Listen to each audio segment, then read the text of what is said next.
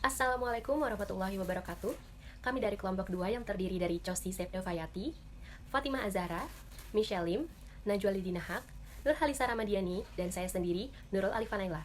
Hari ini kami akan memaparkan tentang langkah-langkah surveillance penyakit paru obstruktif kronis yang diawali dengan pemahaman dasar mengenai surveillance epidemiologi.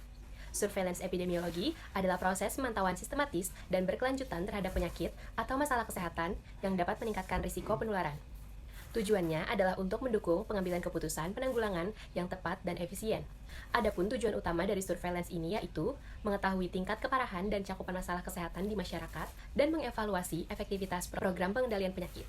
Untuk pengumpulan data dilakukan melalui 2 metode, yaitu pertama aktif, yaitu petugas langsung menghubungi atau mendatangi layanan kesehatan seperti rumah sakit atau puskesmas.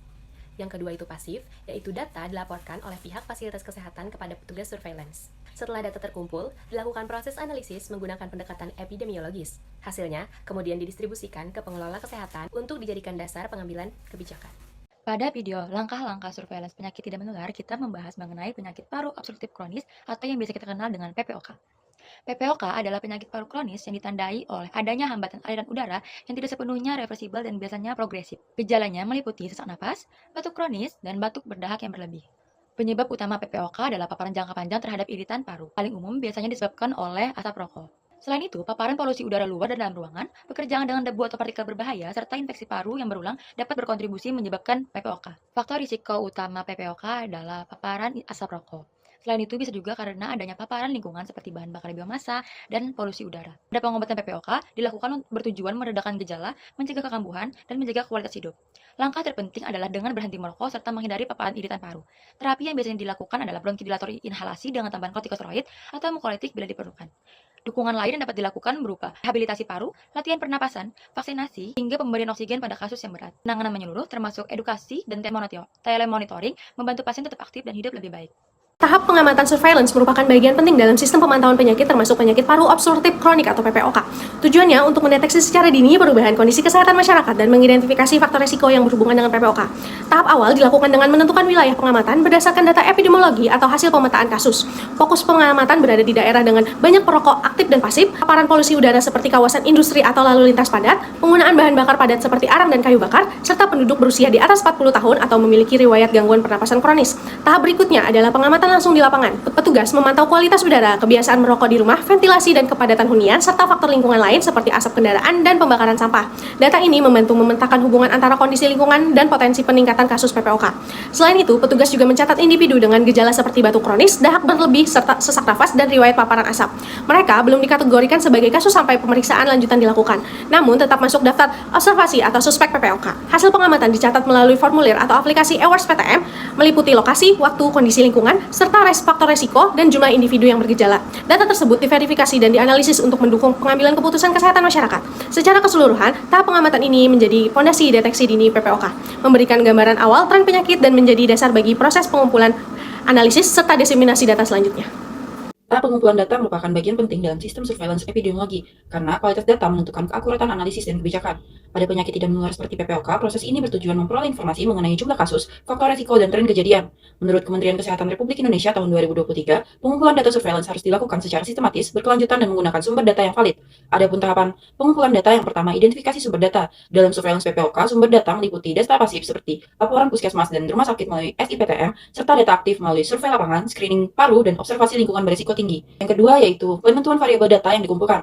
Variabel PPOK mencakup data individu seperti usia, jenis kelamin, dan riwayat merokok. Kedua yaitu data klinis seperti hasil spirometri dan tingkat keparahan. Yang ketiga yaitu data lingkungan seperti kualitas udara, bahan bakar rumah tangga, dan kepadatan hunian. Cipta Ningrum dan Karius menyebutkan bahwa variabel ini membantu analisis faktor risiko dan pemetaan wilayah rawan PPOK. Yang ketiga yaitu pengumpulan data lapangan, dilakukan dengan mengumpulkan data primer melalui screening, spirometri, wawancara perilaku risiko, dan observasi rumah tangga. Pendekatan ini penting karena banyak kasus PPOK tidak terdeteksi secara klinis akibat gejalanya yang berkembang perlahan. Yang keempat yaitu pengumpulan data sekunder seperti laporan bulanan dari SIPTM, data rumah sakit, dan hasil riskesdas. Data ini digunakan untuk memantau tren PPOK di tingkat nasional dan daerah. Misalnya peningkatan kasus di Kalimantan Selatan yang berkaitan dengan polusi udara. Yang kelima yaitu validasi, verifikasi, dan pelaporan. Tahap ini memastikan data yang dikumpulkan benar dan sesuai definisi kasus. Diagnosis PPOK diverifikasi berdasarkan standar PDPI yaitu rasio. Setelah validasi, data dilaporkan melalui SIPTM ke Dinas Kesehatan Kabupaten hingga nasional untuk evaluasi dan perencanaan program. Pada tahap pertama, analisis dilakukan untuk melihat tren kasus PPOK dari waktu ke waktu. Dari data surveillance terlihat apakah kasusnya meningkat atau menurun, serta hubungannya dengan faktor lingkungan dan perilaku masyarakat. Misalnya, peningkatan kasus sering terjadi pada musim kemarau akibat polusi udara dan juga kebakaran lahan. Pada tahap kedua, menganalisis distribusi kasus berdasarkan OTW, orang, tempat, dan waktu. Hasilnya menunjukkan pada kategori orang, laki-laki di atas 40 tahun dengan kebiasaan merokok aktif lebih beresiko mengalami PPOK. Kasus juga lebih banyak di daerah perkotaan dengan polusi tinggi dan biasanya meningkat pada musim kemarau. Faktor utama yang berkontribusi adalah perokok aktif maupun pasif serta paparan polusi udara. Sedangkan pada tahap yang ketiga, analisis difokuskan pada faktor risiko dan kebijakan kesehatan. Selain merokok dan polusi, penyakit seperti tuberkulosis turut meningkatkan risiko PPOK. Karena itu, hasil surveillance ini penting untuk memperkuat strategi pengendalian seperti kampanye berhenti merokok, peningkatan kualitas udara, edukasi masyarakat, dan juga deteksi dini bagi kelompok berisiko tinggi. Tahap diseminasi informasi terkait penyakit paru obstruktif kronik atau PPOK. Diseminasi informasi PPOK merupakan tahap akhir surveillance penyakit tidak menular yang bertujuan untuk menyebarkan hasil pengumpulan dan analisis data kepada pihak terkait guna mendukung perencanaan kebijakan, program kesehatan, dan edukasi masyarakat. Adapun tahap diseminasi informasi PPOK, tahap diawali dengan penyusunan laporan surveillance penyakit paru obstruktif kronik atau PPOK yang menggambarkan kasus berdasarkan waktu, tempat, karakteristik individu, dan faktor risiko seperti polusi udara, serta kebiasaan merokok. Selanjutnya, data disampaikan kepada instansi terkait seperti Dinas Kesehatan, Rumah Sakit, dan Puskesmas agar dijadikan dasar dalam pengambilan keputusan untuk pengendalian PPOK. Kemudian, informasi juga disebarluaskan ke masyarakat melalui berbagai media, seperti buletin kesehatan, situs web resmi, media sosial, hingga kegiatan penyuluhan di lapangan. Adapun dilakukannya edukasi publik agar masyarakat lebih sadar akan pentingnya pencegahan PPOK, misalnya dengan berhenti merokok atau melakukan latihan pernapasan sederhana untuk membantu mengelola gejala. Selain itu, bagi tenaga kesehatan juga penting, misalnya dalam penggunaan alat spirometri untuk deteksi dini PPOK dan di layanan primer. Adapun tahap terakhir yaitu evaluasi dan umpan balik untuk menilai apakah penyebaran informasi sudah efektif dan dimanfaatkan dengan baik oleh sasaran.